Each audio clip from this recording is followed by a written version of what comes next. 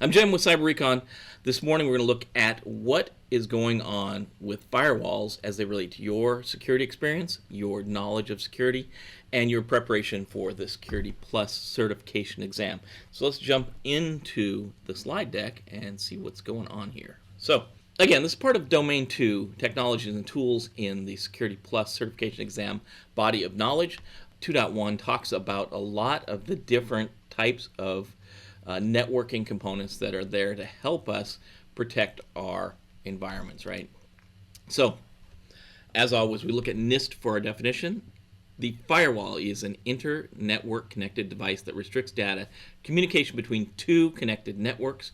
A firewall may either be an appliance installed on a general purpose computer or a dedicated platform or an appliance which forwards or rejects, which could be a dropping, packets on a network.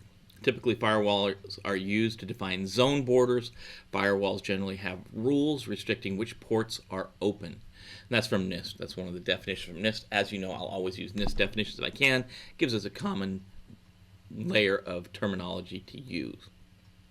With firewall, we're generally, the most basic type of firewall is going to have an inside and an outside. Inside is the side that is protected. That's our protected network generally.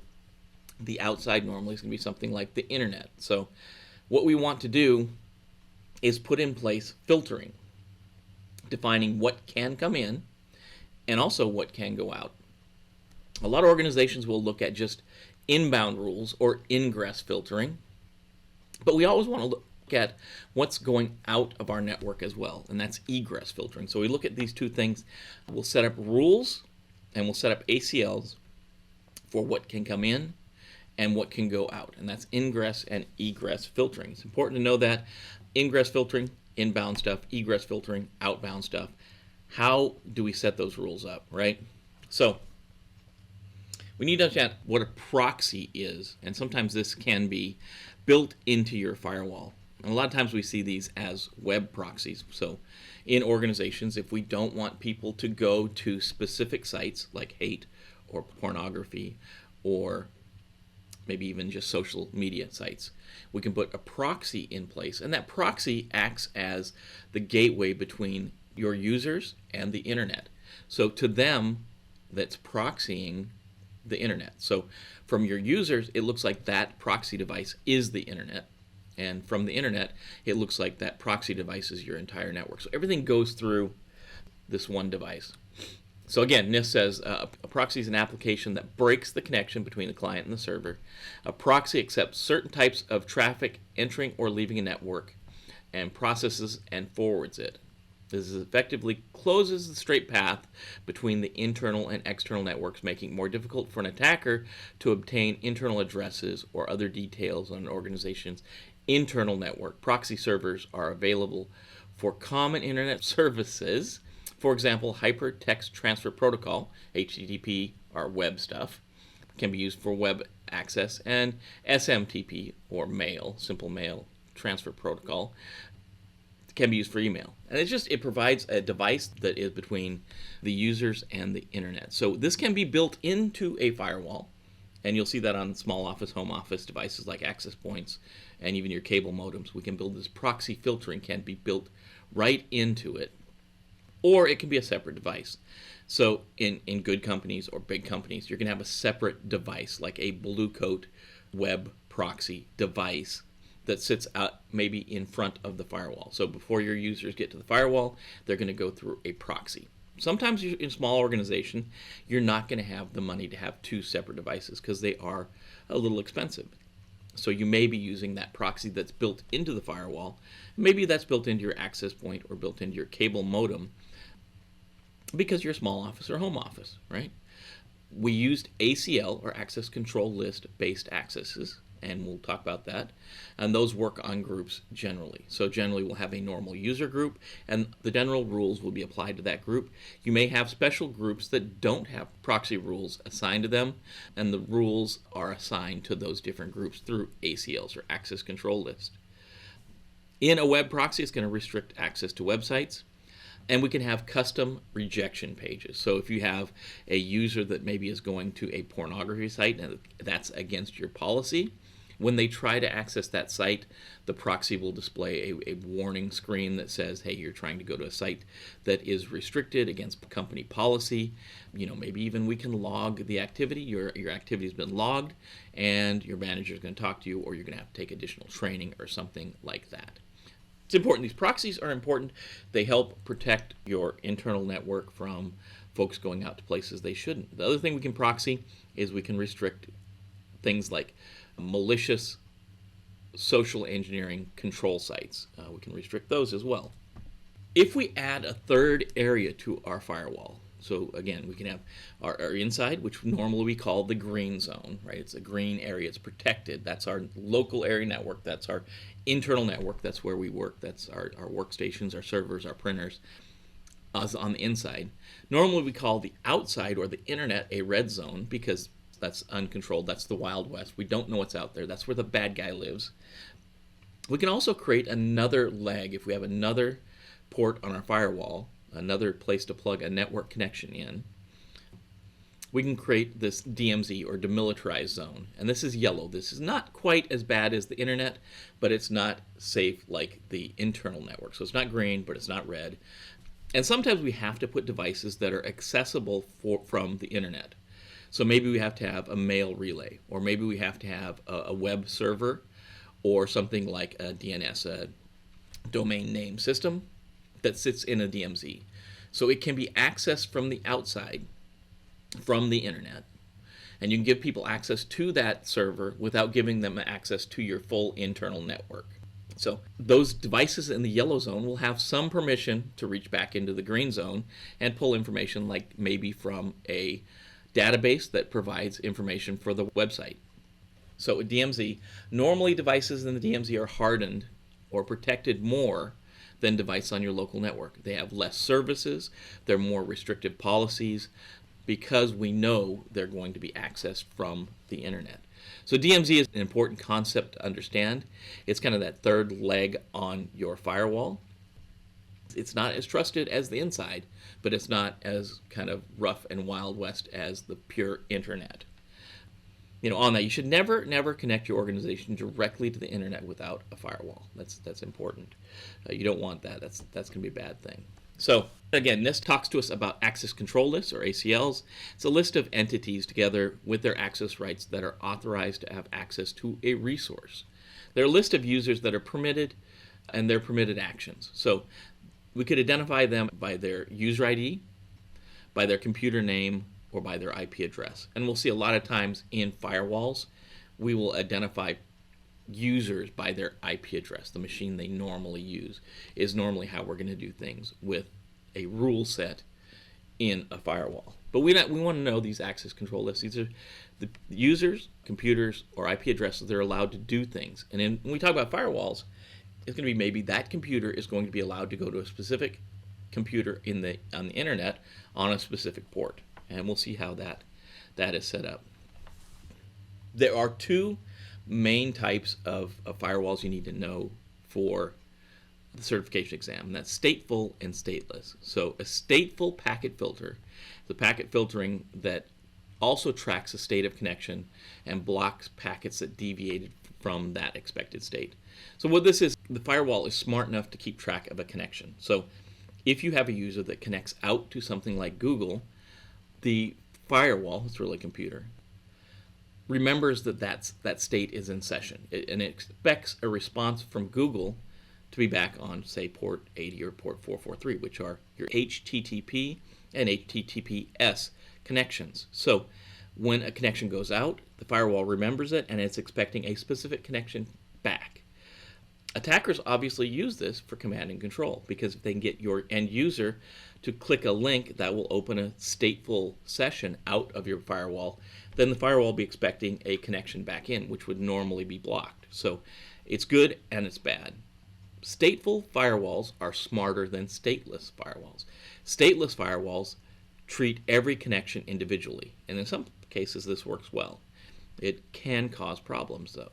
So it thinks about that connection from your user to Google as one connection, and then the response from Google back to your user as a totally separate connection, which may be blocked. So we can see the advantage in a stateful firewall, because the connection out, as long as it's legitimate, is going to allow the connection back in without any problem. So stateful versus stateless is important to know. Also, we'll know that if your user connects to Google and expects a web page to come back, and something else comes back, like a shellcode connection comes back from Google, the stateful firewall is going to be smart enough to know that's not right. That's not what should be coming back through the firewall. It should be web traffic coming back through the firewall. So there are definite advantages to stateful firewalls. We just have to know that there are some things that could go horribly wrong as well. So we have to build our layers of defense up so we have defense in depth, right? One thing great that a firewall does is it provides network address translation. And again, this defines this as a mechanism for mapping addresses on one network to addresses on another network, typically from private addresses to public addresses. Private addresses, like most of the addresses we're going to have in small offices or home offices, are things that are not routable on the internet. If they hit the internet, they're not routed, right? So your firewall should block them from going out to start with. We'll do network address translation, and we know one of the most common private addressing schemes is the 192.168 something dot something. So 192.168.1.15 may be your internal private area address that works fine in your home office or your small office, or maybe in your moderate sized office. You have these private IP addresses are not supposed to be routed over the internet, and normally, well, in all cases, they're not going to be able to route over the internet. So you have to convert that IP address to something that can be routed on the internet. And again, we'll use the small office, home office example. If you have a cable modem, the outside interface of that cable modem or the firewall is going to have a public IP address. And that could be something, 8.8.14.75, whatever, I don't know what they are. But they're routable on the internet. They're private. They're assigned to a specific user, where public can be used. My home network can have 192.168.1.1. Yours can have the same one. The guy down the street can have the same addresses. They're all, because they're inside your network, they're behind a border device like a firewall. And when that 192.168.1.1 address hits a NAT or a network address translation device like a firewall, it's converted to a public address that can then be routed over the internet. So it's a conversion. All of your internal private addresses are converted to that same external address and then routed across the internet. So the firewall has to keep track of which connections are going back to which devices. So when they come back, when the responses come back, the firewall is able to route it to the right computer again. So some of the good things that these firewalls do. So the other thing we need to know what an implicit deny is. And this prevents any traffic from passing through the firewall that's not specifically recognized as allowed. So really it is, when we set up our firewall, nothing can go through it at all. And the only things that will be allowed through the firewall is those rules we set up specifically. So if we want to allow web traffic in, we'll set up a specific rule that allows that web traffic in. And if we only want web traffic to go to a specific user, we can allow that traffic to go to that specific user based on their IP address. More advanced systems can do it based on the computer, and possibly even, depending on where you're at, that user it themselves, right? Implicit just means there's no rule set for it. We can take it, we can have an explicit deny, which means we set a rule, and this is generally the last rule in the firewall rule set that just blocks everything. So if there's not a rule above it, firewalls generally process their rule sets from the top to the bottom generally, and as soon as it hits a rule that it matches, the firewall stops processing and allows that action to happen. So if we have 15 rules and the 10th one is allow all traffic to websites on port 80. If we're trying to go a website on port 80, the firewall is going to stop processing. It's going to allow that traffic through because it sees it as good. If there's not a rule in the rule set that's going to allow the traffic through, when it hits this last rule in an explicit rule set of deny, then it's going to block the traffic and maybe log it. So the traffic is not going to get through the firewall. Firewall rule set, the rules define the type of network traffic that are allowed to cross the boundary and normally processed again from top to bottom. When we look at this example, this is an example, and right at the top it's going to say the default policy is deny. This is an implicit deny. That means that we're starting with nothing open. Everything is closed on the firewall. Nothing can get through. Our first rule here, and the number is just identifying the line number of that rule. So in this case, rule number 1 is any traffic going to any remote IP. So that all is any external IP outside the firewall. The remote port is any port on the remote device coming from port 80 over TCP, or Transmission Control Protocol, we're going to allow, and that status is active. The second rule here is number 2, the remote IP. We can go to any remote IP on any remote port. The local port is 443. Again, TCP traffic. We're allowing that, and that's active. So we got 2 rules that are allowing web traffic. Our third one, the remote IP, is any. The remote port and the local port, they're not listed because this is ICMP traffic, and we're allowing that. So we have different types of rules we can apply with different protocols and different ports through our firewall. And these firewalls the rule sets can get very large and very complex. So you have to make sure you're very organized when you build them out. Remember, the rule set goes from top to bottom. So if we're going down this one, if we have traffic going from the local port of 80, as soon as to TCP outbound, as soon as it hits that first rule, the firewall is going to stop processing, and the traffic's going to be allowed through, right? The only difference with this one, there's an explicit deny rule at the bottom. So the last rule, if it goes through all the rules and none of them match, when it hits rule number 4 here, it's going to say remote IP any, remote port any, local port any, and protocol all. It's going to deny it. Anything that hits that last rule, it gets stopped at the firewall, and that's the explicit deny. Implicit deny, we set that deny rule, and this default policy is deny. So we're just making a second check to make sure to be double positive that traffic's not going to go out if it meets any specific rules. And just remember that this firewall is a device that sits on the perimeter of your network and protects you from internet traffic, from attackers. We can also set these up internally between enclaves. So maybe we have HR or research and development. We don't want everybody going there. We're going to set up rules on the firewalls there that only allow certain traffic through as well. And obviously we have host-based firewalls on our desktops and our operating systems like Windows, Linux, Macintosh. They all have firewalls. So we can set these up. We can set them in defensive rings from the outside, so we can have that external ring on the perimeter where we have a firewall that sits on the boundary of our network. And then we can have another ring that is just around those devices that are HR or just those devices that are research and development.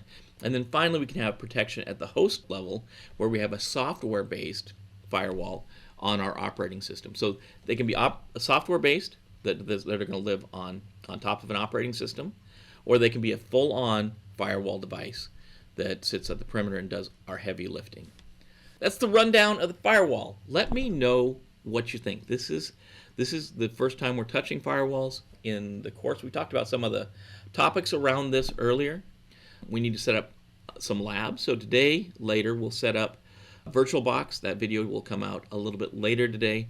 VirtualBox is a free virtualization software that you can install on Linux, Mac, or Windows. Doesn't matter. And it'll allow you to put an application inside of there, a full-on OS operating system. So inside of your Macintosh machine, you can run a Windows machine. Inside your Windows machine, you can run a full version of Linux. And that's what we'll do. We'll set up some Linux boxes, and we can start setting up some labs to go through things like setting these firewall rules up. If you have something like a access point, like a wireless access point or a cable modem, you'll need to log on to that if you want to set the firewall rules up. That's a good thing to do. Definitely do that. But Hopefully you're having a good morning. I'm Jim with Cyber-Recon. Please like, subscribe, hit the bell to be notified when new content comes out. I'd love to hear your comments below. What do you know about firewalls? Did we miss something that you think we should have covered? I'd love to hear it. What do you think about doing a lab around firewalls so you can get your hands on and get them dirty and setting one of these things up?